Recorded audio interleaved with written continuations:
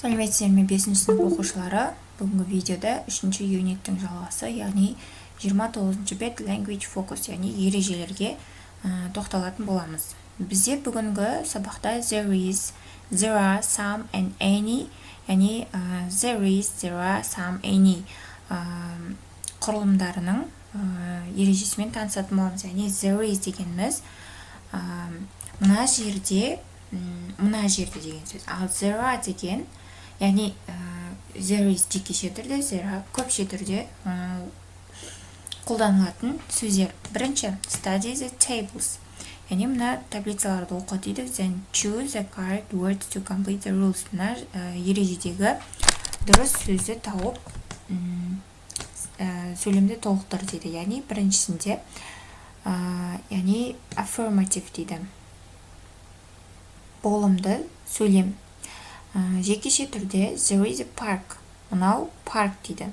There is an interesting shop. Мынау қызықты дүкен дейді. Ал plural көпше түрде there are two restaurants. Мынау екі ресторан дейді. There are some museums. Бірнеше музейлер дейді. Мыналар дейді.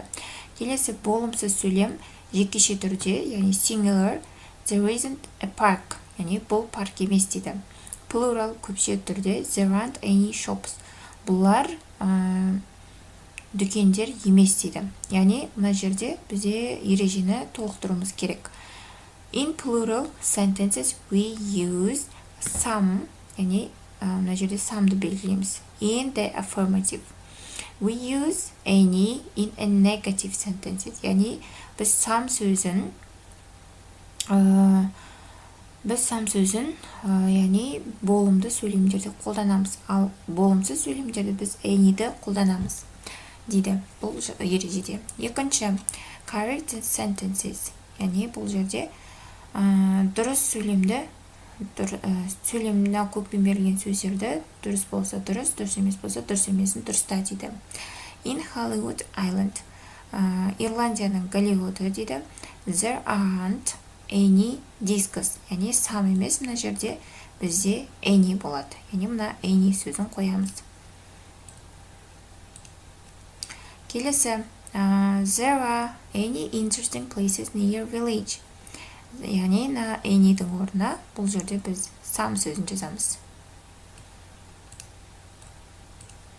Әдейі қызылмен белгілеп қоямын. Үшінші, there aren't an Armani shop дейді. There isn't an Armani shop дейміз. Яғни isn't сөзін жекеше түрде жазамыз. Келесі, there is small shop. There is a small shop. Мына жерде дұрыс емес. Яғни is көмекші сөзін қолданамыз. Келесі, there are 100 people in the village. There is деп қате жазған, яғни there are дейміз. Келесі, there aren't any famous people. There aren't, яғни isn't емес, aren't деген сөзді қолданамыз. Осылай екінші жаттығуды жазып аламыз. Көшіру міндетті емес, мұқият түсініп орындаймыз. Видеоны айналдырмай соңына дейін көреміз, себебі сабақты дұрыс түсінбей мұғалімнен сөз естуіміз мүмкін. Келесі, үшінші жаттығу exercise 3. Write sentences about London in England and London in the South Pacific. Use there is, there are, some and any numbers дейді. Яғни Англияның Лондоны және Лондондағы Критимани, Island, South Pacific.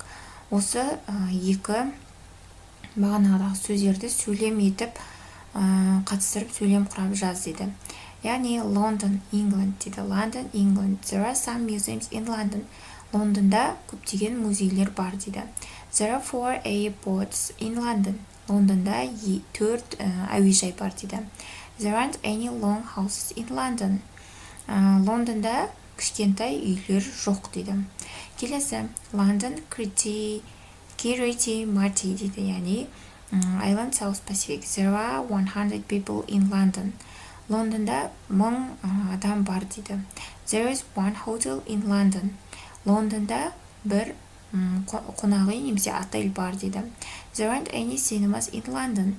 Лондонда кинотеатрлар жоқ дейді. There are some shops in London. Лондонда көптеген дүкендер бар дейді. Осылай жауап береміз. Келесі 4-ші жаттығу.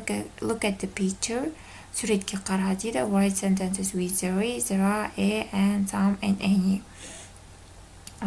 Use the words in the box. Яғни мына сөздерді қолданып, және де there is, there are, and, some, any сөздерін қолданып сөйлем құра дейді. Яғни мына сөздерді қолданатын болсақ, there are some women in the town. Қалада бірнеше әйелдер бар дейді.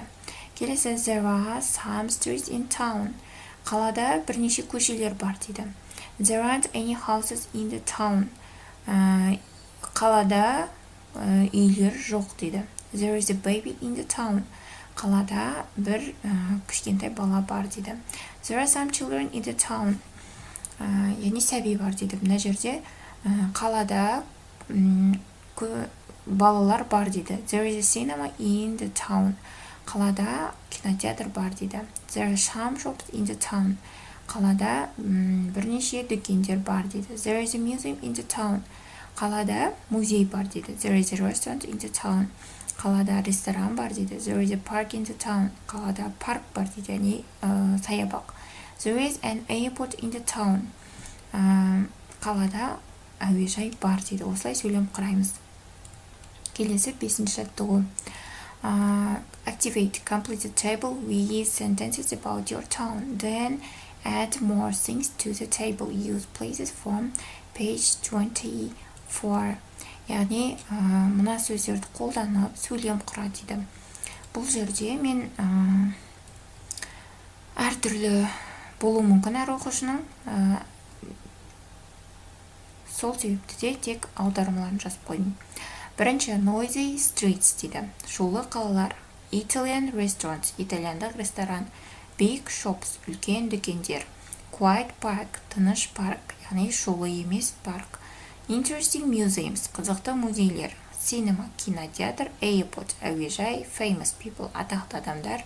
Expensive hotels, қымбат отель немесе қонақ үй. Яғни осы сөздерді қолданып, өздерінің қалаларында не бар, және қалаларын қандай, сол ауылдары немесе соны сипаттап жазу керек болатын. Келесі бізде 30-ші бет vocabulary and listening. Яғни сөздік және тыңдалым бөліміне арналған тапсырмалар. Бірінші, exercise 1. Match pictures 1 till 10 with the shops in the box. Мына жақта бізде әртүрлі дүкендер берілген. Осы дүкендерді мына сөздермен сипаттап жаз дейді. Яғни бізде бірінші суретте bookshop, яғни кітап дүкені. Екінші, chemists, яғни бізде аптека. Үшінші, news agents, яғни төртінші сурет clothes shop, киім дүкені. Бесінші, games shop, яғни ойнайтын жер. Алтыншы, супермаркет, яғни супермаркет азық-түлік дүкені. Жетінші, sports shop, яғни спорттық киімдер сататын дүкен. Сегізінші, pet shop, яғни жануарлар дүкені. Тоғызыншы, computer shops, яғни бізде электронды заттар сататын дүкен. Оныншы, show shop, яғни аяқ киім дүкені дейді. Осылай жауап береміз. Келесі екінші жаттығу. What shops are the object in the box from? Think of more object from each shop. Яғни екінші жаттығуда қандай дүкендер жеке-жеке болып келеді дейді. Яғни супермаркет, clothes shop, sport shop, pet shop, news agents, supermarket, shoes, and the game shop, computer games. Осылай жауап береміз. Келесі, write about the shops in your town. Өзіңнің қалаңдағы дүкендер жайында сипаттап жаз дейді. Яғни әр оқушы өзінше жауап береді. Яғни әр оқушының қаласында әртүрлі магазиндер болуы мүмкін, немесе бір магазинде жоқ болуы мүмкін дүкендер. Төртінші жаттығу, say the numbers. Listen to Fion and Sophie talking about the Dubai Mall. Мына жерге сандар қой дейді. Яғни listening бойынша айтылған сандарды қой дейді. Және Fion мен Софияның арасындағы әңгімені тыңда дейді. Order the numbers as you hear them. Не естігенді мына жаққа жаз дейді. Яғни біріншісінде бізде, яғни мына 100 to 1212 дейді. Яғни бұл жерде бізде төртте бірде дей болады. Яғни мына жерге біз D-дің қасына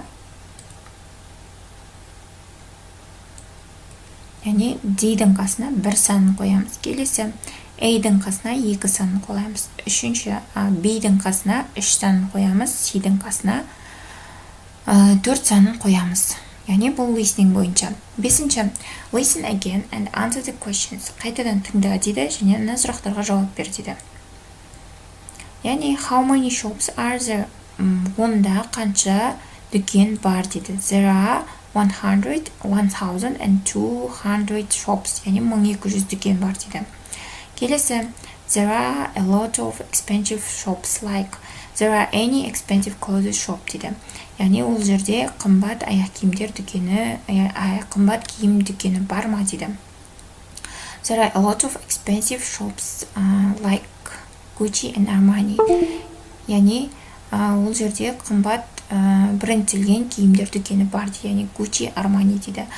Үшінші, are there any cafes and restaurants? Ол жерде кафелер мен ресторандар бар ма дейді. Қаншалық дейді.